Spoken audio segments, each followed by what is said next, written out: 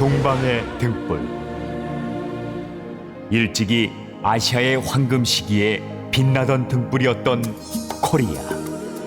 그 등불 다시 한번 켜지는 날, 너는 동방의 밝은 빛이 되리라. 마음에는 두려움이 없고 머리는 높이 쳐들린 것.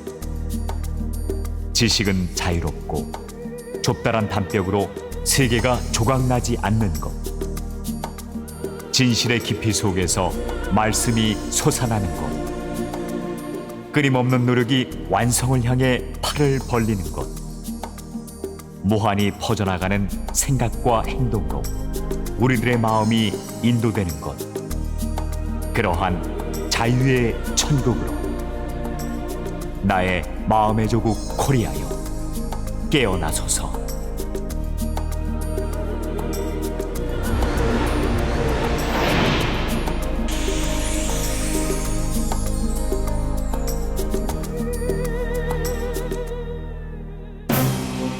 한민족 만년사. 영광과 순환의 역사를 살아온 우리에게 지금 남은 것은 무엇인가?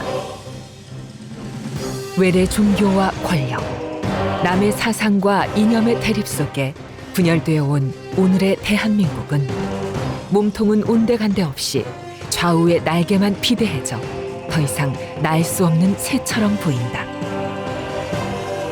사대주의의 좌우 날개, 사상 논쟁과 정치 이념의 좌우 날개에 가려져 있는 대한민국의 가장 시급한 것은 민족의 정체성과 중심 철학을 찾아 몸통이 되는 구심을 바로 세우는 일이다. 나는 누구인가? 우리 민족과 국가는 무엇을 지향해야 하는가? 그 답은 국학에서 찾을 수 있다. 한 민족과 국가의 정체성과 중심 철학, 그것이 바로 나라 학문인 국학이다. 국학은 말 그대로 민족의 고유한 문화에 대한 연구다. 한국의 경우 외국에서 들어와 한국화된 다양한 종교와 문화를 제외한 한민족 본래의 순수한 문화 연구가 국학에 해당된다. 국학을 통해 우리는 국가와 국민이 궁극적으로 지향해야 할 공통의 가치를 찾을 수 있다. 국학 안에 공동체적 문화의 집단 정서가 있고 역사를 통해 얻은 그들만의 교훈이 있기 때문이다. 나라 학문인 국학은 그저 국수적이고 보수적인 학문이 아니라 이 시대를 살아가는 개인과 집단의 존재 가치를 찾을 수 있는 한 민족과 국가의 문화 정체성이다. 대한민국의 국학을 K-스피릿이라고 부르는 이유가 여기에 있다. 국학의 있고 없음은 민족의 운명을 좌우한다. 지금 세계를 움직이고 있는 나라들을 살펴보면 저마다의 국학을 확립하는 것이 국가 정책의 중요한 부분을 차지하고 있다. 그것은 그들이 국학을 정신적, 문화적, 사회 간접 자본으로 분명하게 인식하고 있기 때문이다. 중국은 2001년 베이징에 3.3m의 공자상을 세워 새로운 중화주의의 신호탄을 쏘아 올렸다. 중국의 국학은 유교의 공자 사상을 기반으로 하나의 중국을 만들자는 중화주의다.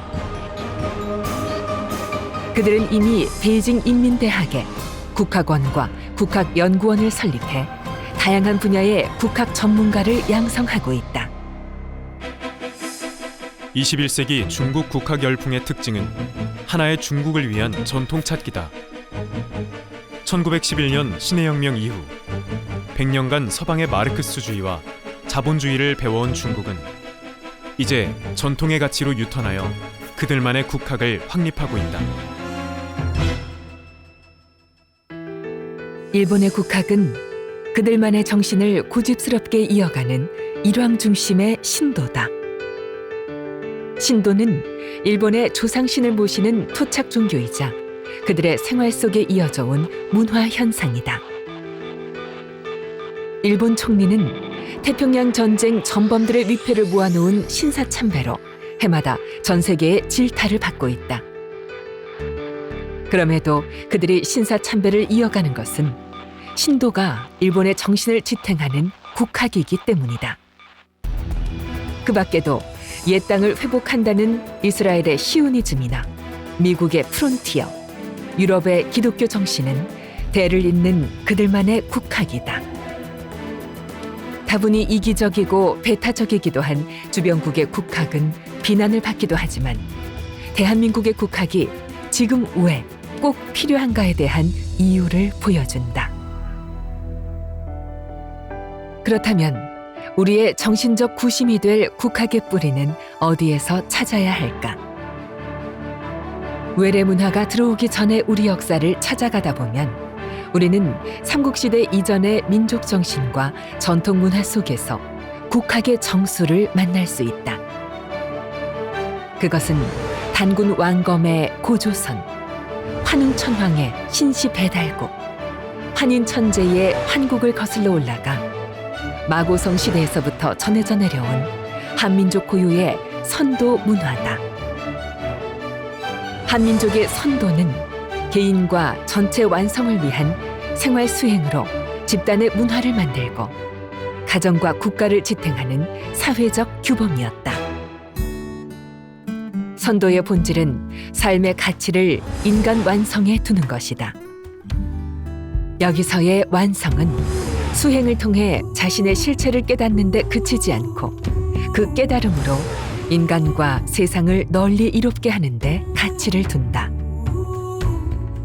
선도의 전통 속에서 우리는 한민족의 건국 이념인 홍익인간 이화세계의 정신을 찾을 수 있다.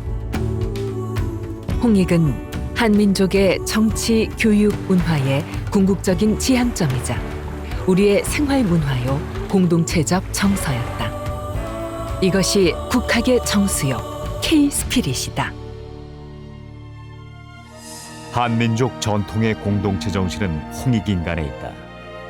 홍익은 통치 이념에서 공익의 정신으로 진화했고 인간 중심의 민본과 애민으로 뿌리내렸다. 홍익인간 정신이야말로 물질 문명을 극복하고 상생을 도모할 수 있는 대한민국의 미래지향적 세계관이다. 반만년 잠들었던 홍익인간 DNA를 깨워라. 우리나라는 만인과 만물이 하나인 나라다. 한민족이 세계에서 유례없이 유별난 것도 그 때문이다. 독할 땐 무척 독하고 불의를 보면 참지 못하며 끈기 있고 할 바를 다하는 품성은 우리네 가슴 속에 수천 년간 이어져온 홍익인간 DNA 때문이다. 잠들어 있던 홍익인간 DNA를 깨우는 날, 대한민국은 세계를 이끄는 문명 국가가 될 것이다.